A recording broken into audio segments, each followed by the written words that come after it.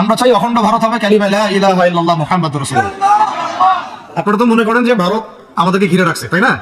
আসলে ভারতকে আমরা ঘিরে রাখছি। এরা যেমন অখণ্ড ভারত চায়, আমরা অখণ্ড ভারতই চাই। এই দিক থেকে আমরা, এই দিক থেকে চায়না, এখান থেকে নেপাল, এখান থেকে ভুটান, এখান থেকে মায়ানমার, এখান থেকে পাকিস্তান, আর তার চেয়ে বাপ আছে আফগানিস্তান। ওদের সাথে কেউ পারছে এই পর্যন্ত? আফগানের ভাইরা নিজেদেরকে গড়ে নিচ্ছে, এখন গোছাচ্ছে। এখন কথা হচ্ছে, আমরা একটা কাপুরুষতার পরিচয় দিচ্ছি। নেপাল ওকে টাইম দেয় না, ভুটান টাইম দেয় না, মায়ানমার টাইম দেয় না, চায়না তো দেই না। আর আমরা তাকে একেবারে প্রভুর আসনে বসা রাখছি। আমরা ইলিশ দেই, আমরা ট্রানজিট দেই, আমরা রেল দেই, আমরা বন্দর দেই, গ্যাস তো দেই মাশাআল্লাহ। তারপরে পণ্যগুলো তো দিচ্ছি, গার্মেন্টস দিয়ে দিচ্ছি, আমাদের প্রশাসনের মধ্যে লোকজন দিয়ে দিচ্ছি, কর্মী শ্রমিক দিয়ে দিচ্ছি।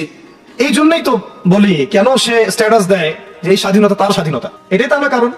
তার মানে তারা আমাদের সার্বভৌমত্বটাকে স্বীকার করে না, তাই না?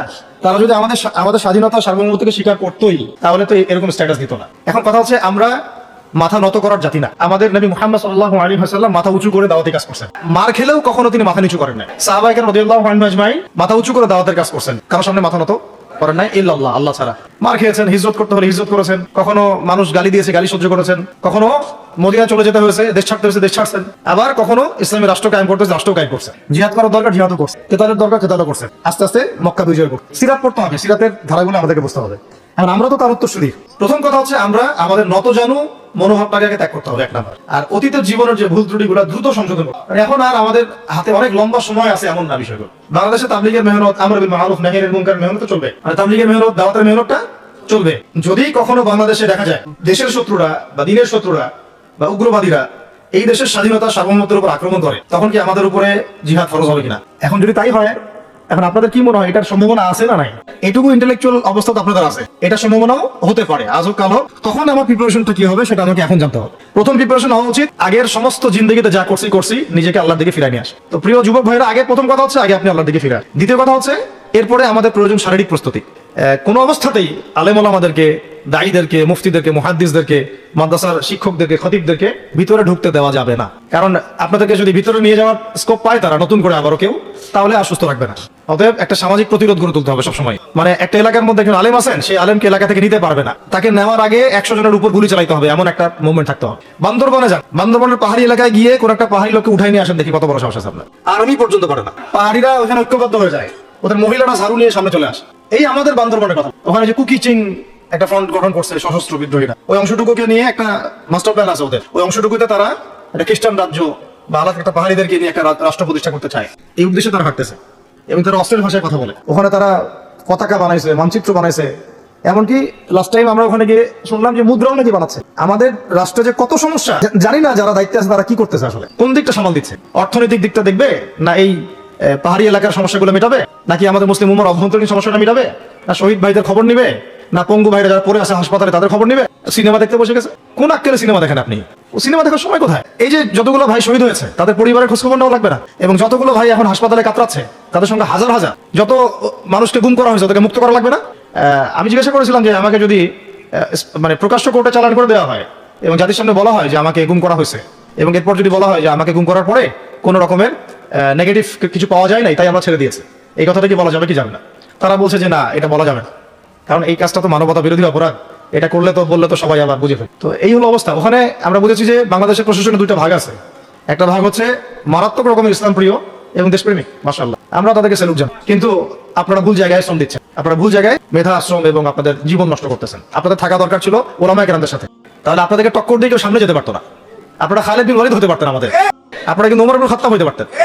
ওইখানে ঢুকে আপনারা শুধুমাত্র দুনিয়ার স্বার্থে সব নষ্ট করতেছেন। আমাদেরকে বলা হচ্ছে হুজুর বদদোয়া করিয়েন না, আমাদের চাকরি, এটা ডিউটি। এটা এক ভাই আমাকে কোরআন এনে দিয়েছিল, নির্জনতা, তো ওখানে নির্জনতার সঙ্গে হচ্ছে কোরআন, কোরআন এবং নামাজ। তো এক ভাই দেখেছে আমি একটু নির্জন, মন খারাপ বসে আছি, একটা কোরআন নিয়ে এসে দিয়েছে, হুজুর কোরআন পড়েন আপনি, মন ভালো হবে। আরেকজন এসে কোরআন নিয়ে চলে গেছে, কোরআন পড়ে ওখানে যদি আপনি আবার উল্টাপাল্টা কিছু করেন, ওদের নিয়ম নাই কোরআন দেওয়ার। তো এই হলো অবস্থা। কথা হচ্ছে যে এই ভাইদেরকে মুক্ত করাও তো তাদের কাজ ছিল। যে ওলামায়ে কেরামদের একজনের উপরে 3টা 4টা 5টা 10টা করে মামলা এখনো চলতেছে, তাদেরকে মুক্ত করা উচিত ছিল না? আর এই পুরো জুলুমের পিছনে যত জালেম ইনভলভ ছিল তাদেরকে আইডেন্টিফাই করে ভিতরে ঢুকানো উচিত ছিল না? হয়েছে সবকিছু। এগুলো যদি এভাবে চলতে থাকে, তাহলে আগামীতে আমরা যারা ইসলামিক রাজনীতি করবো বলে চিন্তা করতেছি বা ইসলামকে রাষ্ট্র ক্ষমতা নিতে চাই, আমরাও কিন্তু বেগ পাবো। আর বিগত সময়ে আমরা অনেক ভুল করছি। যেমন মন খারাপ করেন না, এগুলো আমরা ভুল করছি। এই যে আমরা সেকুলারদেরকে অনেক বিশ্বাস করে ফেলছি, ওদের সাথে জোট করতে গেছি, ঠিক আছে, ওদেরকে আমরা ভাই বোন করার চেষ্টা করছি। আসলে এদের সাথে কাফেরদের সাথে কোনো পার্থক্য, সেকুলারিজমে যারা আছে আর কুফার যারা, এদের মধ্যে কোনো পার্থক্য নেই। ওই কালিমা পড়া না পড়ার পার্থক্য তো, বাকি আপনার পিঠে ছুরি এরাও মারবে ওরাও মারবে। আর আমি ছোট মানুষ, ছোট জায়গা থেকে বলতে চাই যে আমাদের যে ওলামায়ে কেরামগণ মাঠে আছেন, যে রাজনৈতিক দলগুলো আপনারা মাঠে আছেন, এবার আপনারা কোনো রুটির টুকরার জন্য লড়বেন না, এবার পুরো রুটি নিয়ে লড়বেন। প্রত্যেক আসনে প্রার্থী দিবেন আপনারা, যেহেতু এর বাইরে সিস্টেম এখন অন্য সিস্টেমে যাওয়ার সুযোগ হচ্ছে না, তাহলে পুরো রুটিটার জন্য লড়তে হবে আপনাদের। আমাদের টার্গেট হচ্ছে এখন একটা ইসলামপন্থী সরকারকে রাষ্ট্র ক্ষমতায় নিয়ে যাওয়া, এটা আমাদের এখন প্রধান টার্গেট। এখন আমাদের এজেন্ডা স্পষ্ট, কোনো গোপন এজেন্ডা নাই আমাদের, কি নাই, কোনো গোপন এজেন্ডা নাই। আমরা চাই বাংলাদেশে এখন একটা ইসলামপন্থী রাষ্ট্র ব্যবস্থা গড়ে উঠুক, ইসলামপন্থী সরকার শাসন ক্ষমতায় আসুক। এটার জন্য আপনাদের সবার ভূমিকা আছে, কেউ কথা দিয়ে ভূমিকা রাখবেন, কেউ লিখবেন, কেউ বলবেন, কেউ যেভাবে হোক আপনাকে ভূমিকা তো রাখতেই হবে, কারো বসে থাকার সুযোগ নেই। এখন আর এই রাষ্ট্রটাকে ইসলামিক রাষ্ট্র হিসেবে গড়ার দায়িত্ব এখন সবার কাঁধে আসছে। আমরা আমাদের জায়গা থেকে বলতেছি, বাকি কাজ কিন্তু আপনাদেরকে করতে হবে, আল্লাহ পাক করার তৌফিক দান করেন। আর ইসলামপন্থী ভাইদের আপোষের যে দূরত্ব, এটা কমায় ফেলতে হবে, এই দূরত্ব রাখা যাবে না। ইখতিলাফ আছে থাক, যদি আকীদাগত মৌলিক কোনো পার্থক্য না থাকে, আমরা তো ভাই ভাই নাকি? আমরা আমাদের চেয়ে কি মানে সেকুলার আমাদের বেশি বড় ভাই? আমাদের যে কি যে নাস্তিক মুরতাদ আমাদের বড় ভাই? কমিউনিজমে যারা আছে ওরা আমাদের বড় ভাই? না এই গণতন্ত্রপন্থী যারা একবারে কট্টর, ওরা আমাদের লিনি ভাই নাকি? আমাদের তো ভাই, সোজা কথা হচ্ছে ইন্নামাল মুমিনুনা ইখওয়া, ইন্নামাল মুমিনুনা, মুমিন যারা মুমিন ভাই, মুমিনে কি ভাই, খালাস। আল মুসলিম আখুল মুসলিম, মুসলিমের ভাই কি মুসলিম, খালাস, এইটুক। মুসলিম আমার ভাই, মুসলিম আমার ভাই। এখন যারা এদেশের রাষ্ট্র ক্ষমতা ইসলামকে চায় না, তারা আমাদের ভাই না। সে যে কোনো নামে আসুক, এক্স ওয়াই জেড, দেখার দরকার নেই। এক্স নামে আসুক, ওয়াই নামে আসুক, জেড নামে আসুক, যারা রাষ্ট্র ব্যবস্থা ইসলামকে চায় না, তারা আমার ভাই, খালাস, সোজা কথা। এবং রাষ্ট্র ব্যবস্থা ইসলাম চায় যে ভাইরা আমাদের, ওই ভাইদেরকে একসাথে থাকতে হবে। আল্লাহর কসম করে বলতেছি, ইনশাআল্লাহ যদি এই ভাইরা আমরা একসাথে থাকতে পারি, এর সাথে আমরা দায়ীরা, তালেবে ইলমরা এবং আপনারা তো যুব সমাজ আছেন, আমাদেরকে টক্কর দিয়ে বাংলাদেশের রাষ্ট্র ক্ষমতায় কেউ যাইতে পারবে না, ইনশাআল্লাহ। সবাইকে ভূমিকা রাখতে হবে। এখন অন্য আলোচনা চেয়ে আলোচনাটাই বেশি দরকার। অন্য আলোচনা অনেক শুনছেন জীবনে, এখন বাংলাদেশে দরকার একটা ইসলামপন্থী রাষ্ট্র ব্যবস্থা, এর বাইরে কোনো আলাপ নাই। এখন এটা প্রতিষ্ঠা করার জন্য কি করতে হবে সেটা ফিকির করা। প্রথম কথা হচ্ছে আমাদেরকে আগে বৈশ্বিক জালেমদেরকে চিহ্নিত করতে হবে। পুরো বিশ্বে কারা জালেম, এটা কি চিন্তা করা বাকি আছে? পুরো বিশ্বের সবচেয়ে বড় জালেম যে পশ্চিমারা, সবচেয়ে বড় জালেম ইসরায়েল, সবচেয়ে বড় জালেম আমেরিকা, এটা চিন্তা কি আপনার বাকি আছে? এই কথা বলতে যে ভয় পায়, তার তো নবীর ওয়ারিস হওয়ার দাবি করা উচিত না। এটা খোলামেলা, এটা সবাই জানে। সারা বিশ্বের জুলুমের কারখানা হচ্ছে ইসরায়েল। মানুষ ত্রাণ নিতে গেলে পর্যন্ত সেখানেও বোম্বের মানুষ হত্যা করে। আমরা এটা দেখার মতো আর সাহসী নাই। অনলাইনে এগুলো আমার দেখতে গেলে যে বাচ্চাদের অবস্থাগুলো আমাদের চোখের সামনে আসে, আমি স্কিপ করে চলে যাই। হয়তো কতটুকু দোয়া করতে পারি আল্লাহ ভালো জানে। দোয়া করে কি করবো? আমার দোয়ার তো তার দরকার নাই। আমাদের মতো পাপী মানুষের দোয়া দিয়ে তার কি হয়? এখানে তো স্পষ্ট যে পুরো বিশ্বের জুলুম জালেমের শক্তির কেন্দ্রস্থল কোনটা, সেখান থেকে সব মাস্টার প্ল্যান হচ্ছে। আর যদি ওই ইসরায়েল, ওই আমেরিকার কোন সেবা দাসকে আমরা ক্ষমতায় নিয়ে আসি, আমাদের ভুল হবে না? ছাত্র ভাইরা এই ভুলটা করছে, কারণ আপনাদের দিনের জ্ঞানের বুঝের কারণে করছে, বুঝের অভাবের কারণে করছে। ঠিক আছে, এখন যে মানে সম্ভাবনা শেষ হয়ে গেছে এমনও না। আর এখন সবাই প্রতিবাদের ভাষায় কথা বলতে পারে, একটা রেভলিউশন ঘটানোর মতো সিচুয়েশন বাংলাদেশে আছে। অন্তত পক্ষে আমাদের ভাইদের মধ্যে আমরা দেখেছি, ছাত্র ভাইদের মধ্যে সাহস তো মাশাআল্লাহ অবশ্যই আছে, ডেডিকেশন আছে, জীবন দেওয়ার মানসিকতা আছে। তাদেরকে খালি নার্সিং করতে হবে, জীবনটা যেন ভুল পথে না যায়। এখন আবু সাঈদের রক্তের উপর দাঁড়ায় যদি কোনো সেকুলার ক্ষমতায় আসে, তাহলে এটা আবু সাঈদের রক্তের সাথে গাদ্দারি হচ্ছে। এই মুগ্ধদের রক্তের উপর সিঁড়ি বানায় যদি কোনো জাতীয়তাবাদীরা আর ওই সেই গণতন্ত্রপন্থীরা, ওই ইসলামের দুশ্মনরা, ওই ভারতের দালালরাই যদি ক্ষমতায় আসে, তাহলে এটা ওদের রক্তের সাথে গাদ্দারি হচ্ছে। এই গাদ্দারির মাফ হবে না। এইটা পলাশের যুদ্ধের চেয়ে বড় মির্জাফরি হয়েছে, এটা ৭১-এর চেয়ে বড় রাজাকারী হয়েছে। আপনারা বলেন যে দেখেন, ভালো করে বুঝেন, গুম হয়েছে এক শ্রেণী, আমার কথা মন খারাপ করে না, এক শ্রেণী গুম হয়ে গেছে, এক শ্রেণী ক্রস ফায়ার, এক শ্রেণী শাপলা চত্বরে রক্ত দিছে, তাই নাই? এক শ্রেণী ওলামায়ে কেরাম মামলা নিয়ে ঘুরে বেড়াচ্ছে মাথার উপরে, এক শ্রেণী ছাত্র ভাইরা রাস্তায় শহীদ হলো, আর এক শ্রেণীর ছাত্র ভাইরা পঙ্গু হয়ে হাসপাতালে বেডে পড়ে আছে। ক্ষমতায় গেছে কারা? নতুন এক শ্রেণী। হ্যাঁ, এবং ওখানে এমন কিছু মানুষ আছে যাদের সাথে আন্দোলনের কোনো সম্পর্ক ছিল না, সম্পূর্ণ উড়ে এসে ঢুকে বসছে তারা। আর আমরা যদি ইনশাআল্লাহু আযজা ওয়া জাল্লা যদি আমরা এটাকে মদিনা রাষ্ট্র বানাতে পারি, এই বাংলাদেশকে যদি আমরা একটা মদিনা রাষ্ট্র বানাতে পারি, ইনশাআল্লাহ কালকে গাজওয়াতুল হিন্দ হবে ইনশাআল্লাহ। ওটার জন্য রেডি আমরা ইনশাআল্লাহ। পাকিস্তানের কাছে কিছুই নাই, আছে খালি 10টা-12টা পারমাণবিক কোনো অস্ত্র, তাতেই ভয়ে কাঁপতে থাকে। চায়না খালি একটু ভয় দেখায় যে আগাইলে কিন্তু সিকিম নিয়ে নিব, আগাইলে কিন্তু চিকেন লেগ গিলে ফেলবো। চায়নার ওই ছোট ছোট যোদ্ধাদের কাছে যে মাইকটা খায়, আর আমাদের এখানে দেখা যায় যে সীমান্তর মধ্যে একটা একটা কৃষকও যদি সীমান্ত থেকে দূরেও হাল চাষ করে, ওকে গুলি করে মেরে ফেলে। ফেলা নেই, ফেলানির কথা ভুলে গেছেন আপনারা? আমাদের বোন না, এরকম কতগুলো মানুষকে সীমান্ত হত্যা করে মারা হয়েছে। আজকে গুগলে গিয়ে সার্চ করে দেখেন কতগুলো মানুষকে বিগত 15 বছরে সীমান্ত হত্যা করা হয়েছে।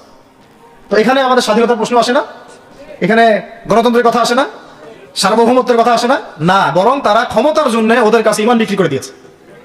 ক্ষমতার জন্য এই উগ্রদের কাছে, উগ্র হিন্দুত্ববাদীদের কাছে ওরা তাদের ইমান, ওদের আমল, ওদের তাকওয়া, ওদের দিন সব বিক্রি করে দিচ্ছে।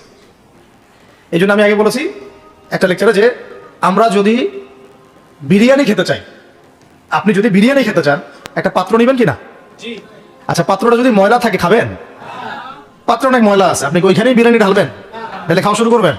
সবার আগে আপনি কি করেন? এটাকে ধোন, পরিষ্কার করেন, তাই না?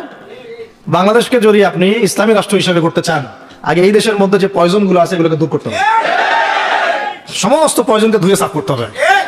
তারপরে যে খেলাফা বা শরিয়া বা ইমারা, যেটাই আসুক, ইমারা এক জিনিস, খেলাফা এক জিনিস।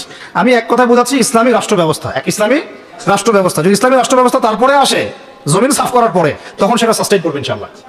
আর যদি ময়লার মধ্যেই ইসলামী রাষ্ট্র কায়েম করতে চান, তখন হবে উদাহরণটা এরকম যে আপনি এই নোংরা ড্রেনের মধ্যে নেমে গায়ে সাবান মাখা শুরু করছেন, হাতে কোনো লাভ হবে না, বরং ওই নোংরাই আপনাকে খেয়ে ফেলবে।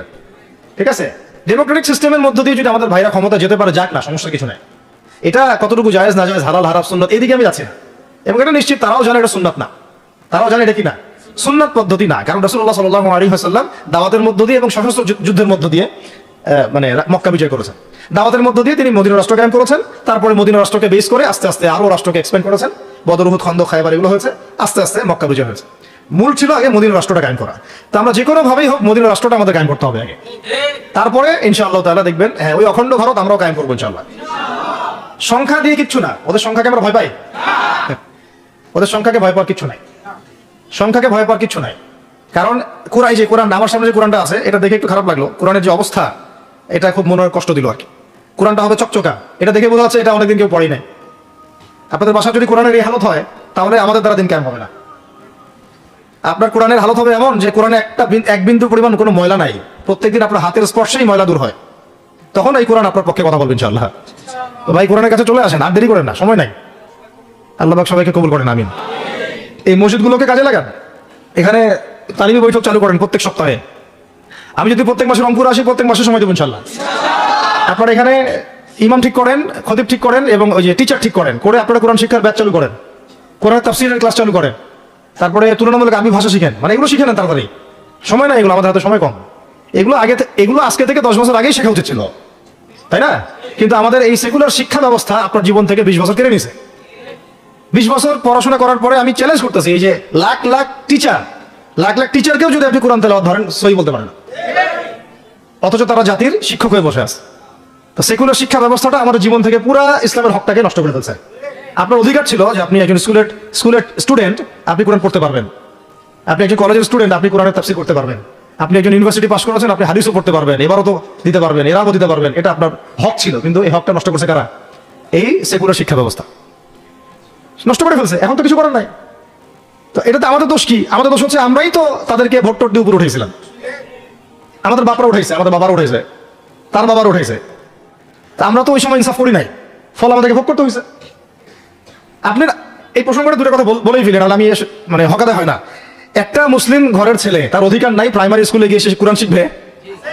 আচ্ছা, আমাদের মৌলিক অধিকার কি? খাদ্য, বস্ত্র, বাসস্থান, শিক্ষা, চিকিৎসা, 5টা বলি না? তো কোরআন আমার মৌলিক অধিকার না? মুসলিম পরিবারের সন্তান আমি, কোরআন আমার মৌলিক অধিকার না? তারপর প্রাইমারি স্কুল আপনাকে শিখায় নাই, হাই স্কুল আপনাকে শিখায় নাই, এমনকি কারমাইকেল শিখাইছে আপনাকে, বেগম রোকেয়া বিশ্ববিদ্যালয় শিখাইছে, এরাও শিখায় নাই। এমনকি বিসিএস ক্যাডার হচ্ছেন কোরআন ছাড়াই, ডক্টর হচ্ছেন কোরআন ছাড়াই, ইঞ্জিনিয়ার হচ্ছেন কোরআন ছাড়াই। এমনকি শিক্ষা কমিশন গঠন হচ্ছে, ওই কমিশনের লোকদেরও কোরআনের জ্ঞান নাই। টকশোতে এসে আবার ঠিকই পটর করে, কোরআনে পড়তেও পারে না, টকশোতে এসে পটর করে।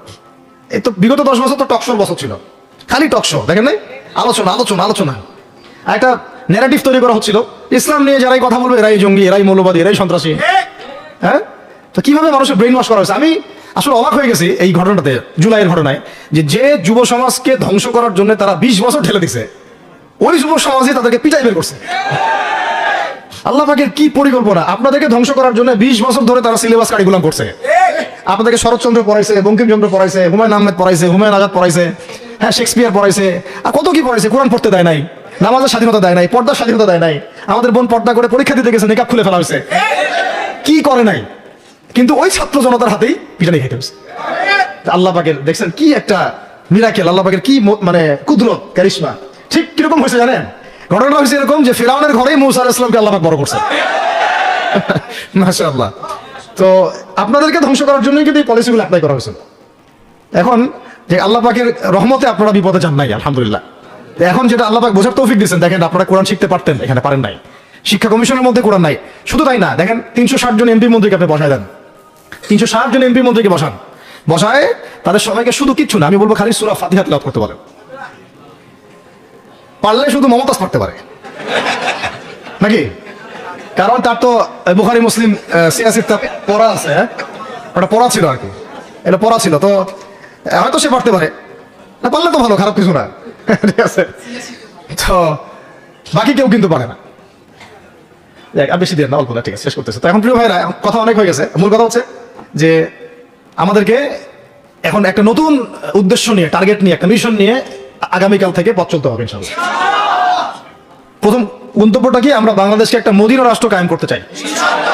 সেটা যদি করতেই হয় তাহলে আমাকে কার আদলে করতে হবে, কার সুন্নতে করতে হবে? নবী মুহাম্মদ সাল্লাল্লাহু আলাইহি ওয়াসাল্লামের তরিকায়। এবং কার তরিকার প্রথম কাজটাই হচ্ছে আগে ইলম শিখতে হবে। কি শিখতে হবে? এই মসজিদগুলোকে কাজে লাগান, মাদ্রাসাগুলোকে কাজে লাগান। এবং 2 নম্বর হচ্ছে ইলম একা একা শেখা যাবে না। ইলম একা একা শেখা যাবে না। 20 বছর তো আপনি একা পড়াশোনা করেন নাই, প্রতিষ্ঠান ছিল, ওস্তাদ ছিল, তাই না? টিচার ছিল, আপনার একাডেমিক কারিকুলাম ছিল। ঠিক ওইরকমই দিনের ইলমও একা একা শেখা যাবে না, ওস্তাদ লাগবে। এবং আলহামদুলিল্লাহ আমাদের বাংলাদেশে ওস্তাদের অভাব নেই, আলহামদুলিল্লাহ। প্রত্যেক জেলায় জেলায়, উপজেলায়, সব জায়গাতেই মুহাক্কিক বরেণ্য আলেমগণ আছেন, আলহামদুলিল্লাহ। আর আপনি খুঁজে বের করবেন কে মুহাক্কিক আলেম। আমি কিছু মানে তাদের বৈশিষ্ট্য বলতে পারি যে তারা নিজেকে জাহির করেন না, বিনয়ী হন, অহংকারী হন না। তারা এত বেশি আইওয়া শোডাউন এত পছন্দ করেন না, নিজেকে আড়াল করার চেষ্টা করেন, হক কথা বলতে তারা ভয় করেন না। এবং তারা অনেক গভীর জ্ঞানের অধিকারী হওয়া সত্ত্বেও অনেক বেশি বিনয়ী হন আর কি। এগুলো দেখে আপনি চিনবেন, ঠিক আছে? আমাদের সালাফরা তো বলতেন যে মুহাক্কিক মানুষকে পাবেন 2 জায়গায়, এক হচ্ছে মাটির তলে, আর একটা হচ্ছে জেলখানায়, ঠিক আছে? তো যাই হোক, এখন অনেক বরেণ্য উলামায়ে কেরাম আমাদের সমাজে আছেন, তাদের যে কারোর সাথে অন্তত একজনের সাথে নিসবত রাখেন, অন্তত একজনের সাথে নিসবত রাখেন, ঠিক আছে? তো এটা আমাদের সৌভাগ্য, আলহামদুলিল্লাহ, যে বাংলাদেশে বহু মাদ্রাসা, বহু কওমি মাদ্রাসা, আলিয়া মাদ্রাসা, অনেক ধরনের মাদ্রাসা আছে। কিছু সংকীর্ণতা বা কিছু সমস্যা আমাদের মধ্যে থাকতে পারে, এটা যে কোনো জায়গায় থাকতে পারে, কিন্তু আলহামদুলিল্লাহ এই খেদমতটুকু আছে বলেই এখন পর্যন্ত দ্বীন ইসলামকে তারা মিটাইতে পারে নাই, আলহামদুলিল্লাহ। তো ইলম শিখবো 1 নাম্বার। 2 নাম্বার হচ্ছে ইলম মুহাক্কিক কোন আলেমের সোহবতে শিখবো, একা একা শিখবো না। 3 নাম্বার হচ্ছে যা শিখবো আমলে নিয়ে আসতে হবে। কি বললাম? যা শিখবো আমলে নিয়ে চলে আসতে হবে, ফেলে রাখা যাবে না। আল্লাহ আমাকে তৌফিক দেন, আপনাদের সবাইকে তৌফিক দান করেন। 4 নাম্বার সময় কাজে লাগাইতে হবে, সময় কাজে লাগাইতে হবে। কোনো অবস্থাতেই আর হেলায় ফেলায় সময় নষ্ট করবো না, আমিও করবো না ইনশাল্লাহ, আপনারা করবেন না ইনশাল্লাহ। 5 নাম্বার হচ্ছে নিজের প্রতিভাকে খুঁজে বের করবেন। সবাইকে আল্লাহ কিছু না কিছু প্রতিভা দিয়েছেন, প্রতিভা খুঁজে বের করে ইসলামের জন্য কাজে লাগাবেন। 6 নাম্বার হচ্ছে যাদের রিজিক হালাল তাদের তো আলহামদুলিল্লাহ কোনো সমস্যা নেই, যাদের হারাম রিজিক আজকে ছাড়তে হবে। কোনো সুদের সাথে সম্পৃক্ত থাকা যাবে না, কোনো ঘুষ, কোনো দুর্নীতি, কোনো মাপে কম দেওয়া, কোনো হারামে আমি খাবো না, আমি কোনো হারামের কাছে যাব না। আর উত্তরবঙ্গের বড় বড় ফেতনাগুলোর মধ্যে এই সুদী এনজিওদের ফেতনাও আছে, কাদিয়ানিদের ফেতনাও আছে, তাই না? তারপরে আপনার এই যে ইসাই মুসলিমদের একটা ফেতনা আছে না, একটা ফেতনা আছে। তারপরে এই আপনার বিড়ি ফ্যাক্টরি, তামাক ফ্যাক্টরি, এগুলো ফেতনা আছে হারাম খাবার। আবার নতুন করে ইসকনের ফেতনাও উত্তরবঙ্গে দেখা যাচ্ছে। তো এই ফেতনাগুলোকে চিহ্নিত করে আপনাকে বেঁচে থাকতে হবে এবং রিজিকটাকে হালাল করে ফেলতে হবে, ঠিক আছে? এর পাশাপাশি হচ্ছে 6 নম্বর বলবো যে পরিবারগুলো গড়ে তুলতে হবে। প্রত্যেকটা পরিবার হবে একটা দুর্গ, মানে আমার পরিবার হচ্ছে আমার একটা ইসলামিক রাষ্ট্রের মতো। এই পরিবারের মধ্যে অন ইসলামিক কোনো কাজ চলে না। পরিবারের মালিক কি? আমি না? এখানে কি রাষ্ট্র আমাকে হস্তক্ষেপ করতে পারবে? তা আমার পরিবার আমার কন্ট্রোলে চলবে, একদম ইসলামিক অনুশাসন অনুযায়ী চলবে, ডানে বামে নড়তে পারবে না। এভাবে আপনাকে শক্ত থাকতে হবে। 7 নম্বর হচ্ছে এখন থেকে তাবলীগের কাজ সবাইকে করতে হবে। কতটুকু করবেন? যতটুকু আপনি জানেন, যতটুকু আপনি জানেন। যেটা জানেন না ওটা নিয়ে কথা বলার দরকার নাই। আর সমাজে কিছু ইখতিলাফি মাসালাগুলো আছে যেগুলোকে নিয়ে কিছু মানে মোটা বুদ্ধির মানুষেরা আর কি মসজিদগুলো ভাগ করে ফেলে, ঠিক আছে? এই পাল্লায় পড়া যাবে না। ইখতিলাফি মাসালাগুলো সাহাবীদের যুগ থেকে ছিল, এগুলো নিয়ে মতবিরোধের সুযোগ নাই। এটা তার কাছে এই মাসালাটা অথেন্টিক মনে হয়, সে আমল করতেছে, করুক। আমার কাছে এই ফিকহের আলোকে এটা বেশি অথেন্টিক মনে হয়, আমি এটা আমল করতেছি। এগুলো নিয়ে কোনো রকমের দ্বন্দ্বে যাবেন না। বরং আমরা এখন ঐক্যবদ্ধ হবো কিসের ভিত্তিতে? আমরা ঐক্যবদ্ধ হবো আকীদা, আমল এবং মানহাজের ভিত্তিতে। আমাদের আকীদা আহলুস সুন্নাহ ওয়াল জামাআর আকীদা থাকবে, আমল থাকবে সাহাবীওয়ালা আমল, এবং মানহাজ থাকবে আমরা সালাফদের আদলে বাংলাদেশে দিন কায়েম করতে চাই। খালাস। আর যারা দিন কায়েমের কথা বলবে না, ওদের সাথে আমার ঐক্য হবে না। কি হবে? দিন কায়েমের কোনো ফিকির নাই, তার সাথে আমার ঐক্য হবে কিভাবে? তার ফিকির আছে শুধু মসজিদ নিয়ে আর অন্য কিছু নিয়ে, তার দল নিয়ে বা তার মানে আরো তো আছে অনেক কিছু আর কি, এইগুলো নিয়ে। তো এইগুলো বাদ দিলাম। এই আমর বিল মারুফের কাজ সবাইকে করতে হবে, এবং একই সাথে সবাইকে এখন থেকে প্রতিবাদী হতে হবে, অন্যায় নিষেধ করতে হবে। এলাকায় অন্যায় হতে দিবেন না আপনারা। এলাকার মধ্যে জুয়া খেলবে কেন? আপনারা প্রতিবাদী হবেন। এখানে গাঁজা খাবে কেন? আপনি প্রতিবাদী হবেন। মাদকের আকার হবে কেন? আপনারা প্রতিবাদ করবেন। এখন তো আপনি পুলিশ প্রশাসনের অপেক্ষায় বসে থাকার সময় নাই তো এখন আপনার। একজন নেককার, মুত্তাকি, পরহেজগার মানুষ প্রত্যেকটা এলাকায় থাকা দরকার। আপনাদের মধ্যে একটা জামা বা কমিউনিটি থাকা দরকার, মানে একটা অ্যাসোসিয়েশন থাকা দরকার, যারা ওই এলাকাকে সংস্কারের কাজ করবে ইনশাআল্লাহ। অথবা বৃহত্তর সংগঠন যেগুলো আছে বাংলাদেশে, তাদের অঙ্গ সংগঠন হিসেবে আপনারা কাজ করতে পারেন। আল্লাহ পাক তৌফিক দান করেন। মানে একটা চেইন অফ কমান্ড গড়ে তুলতে হবে দেশব্যাপী। এটা আমরা অলরেডি আছে, এবং নতুন করেও যদি কেউ চায় যে আমি কিছু অ্যাসোসিয়েশন করবো যেটা আমরা মারুফের কাজ করবে, নেহির মুনকারের কাজ করবে, তাহলে এটা করতে পারেন ইনশাআল্লাহ। আর এর সাথে আমি বলবো যে আমাদের জান, মাল, সময়, শ্রম, কয়টা কথা বললাম? জান, মাল, সময় এবং শ্রম। জান, আমাদের মাল, আমাদের সময়, আমাদের শ্রম, এই চারটা জিনিসকে আল্লাহর জন্য ওয়াকফ করে দিতে হবে। দুনিয়াতে মুসাফির আমরা, দুনিয়াতে কি আমরা মুসাফির। আমাদেরকে পাঠানোই হয়েছে আল্লাহর ইবাদত করার জন্য। এবং শুধু একা ইবাদত করবো কেন? আমি কি স্বার্থপর? আমার পরিবারটাও করতে হবে। এবং শুধু পরিবার কেন করবো? আমার সমাজটাও করতে হবে, আমার রাষ্ট্রটাকেও করতে হবে। কারণ রাষ্ট্রীয় কাঠামোতে ইসলাম না থাকলে আমি সমাজ চেঞ্জ করতে পারবো না। আসলে সহজ কথা, সব কথা কিন্তু ওই গোড়াতে গিয়ে ঠেকতেছে। কারণ রাষ্ট্র ব্যবস্থা যদি ইসলাম না যায়, রাজনীতির মধ্যে ইসলাম যদি না যায়, এবং একটা ইসলামিক শরিয়া ভিত্তিক বা ইমারা ভিত্তিক রাষ্ট্র যদি কায়েম না হয়, এই শব্দগুলো হয়তো তারা বুঝে না। মানে ইসলামী একটা রাষ্ট্র ব্যবস্থার কাঠামো যদি না থাকে, তাহলে আপনি ব্যাংকিং সিস্টেমকে সংস্কার করতে পারবেন না, সুদের মধ্যে সংস্কার আনতে পারবেন না, শুধু এনজিওর বিরুদ্ধে আপনি কোনো পদক্ষেপ নিতে পারবেন না, আপনি সমাজের এই যে ফাসাদ, নোংরামি, এগুলো বন্ধ করতে পারবেন না, আপনি এই যে কাদিয়ানি মতবাদের বিরুদ্ধে কিছু করতে পারবেন না, ওদের অর্থনৈতিক ডানা আপনি কাটতে পারবেন না, ওদের পলিটিক্যাল সাপোর্ট আপনারা কাটতে পারবেন না। তারপরে ওই জায়গায় ইসলাম না গেলে এই সাংস্কৃতিক আগ্রাসনগুলো কাটাতে পারবেন না। পাশের প্রতিবেশী রাষ্ট্রদের যে আগ্রাসী ভূমিকা, এগুলোর ব্যাপারে আপনি কোনো পদক্ষেপ নিতে পারবেন না। তাই ওই জায়গায় পর্যন্ত যদি না যেতে পারি আমরা, তাহলে কথাগুলো শুধু বলাই হবে, কোনো বাস্তবায়ন হবে না। অতএব আমাদের মূল কাজ একটা, এখন ওই উপরের লেভেলে ইসলামকে নিয়ে যাওয়া। এই কাজগুলোর মধ্য দিয়ে আমরা ইসলামকে নিয়ে যাবো ইনশাআল্লাহ তাআলা। আর সর্বোপরি আসন্ন সময়গুলোতে যখন ওলামায়ে কেরাম, আমাদের বরেণ্য আলেমগণ, আমাদের বরেণ্য ওস্তাদগণ, এবং আমাদের তুল্লাবরা, আমাদের জামাআগুলো, আমাদের ইমারাগুলো, এবং আমাদের ইসলামী সংগঠনগুলো, তারা যখন মাঠে থাকবে, তখন তাদেরকে একা ছেড়ে দেওয়া যাবে না। মই দিয়ে গাছে উঠায় মই টানা যাবে না। শাপলা চত্বরে এই কাজটা করছেন আপনারা, কিন্তু শাপলাতে কিন্তু এই কাজটা হয়েছে। ওখানে কিন্তু এতগুলো ভাইয়ের ওখানে শহীদ হওয়ার কথা ছিল না, এত সহজ ছিল না বিষয়টা। কিন্তু কিছু ভাই ছিল ওখানে, আমাদের সাথে প্রতারণা করেছে, মই দিয়ে আমাদের কিন্তু মই টেনে নিছে, আমাদেরকে উপর উঠাই গেছে। এরপর থেকে তো কত জেল, কত জুলুম, কত মামলা মোকদ্দমা, কত গুম হয়ে গেল। শাপলার পর থেকে হিসাব করেন তো।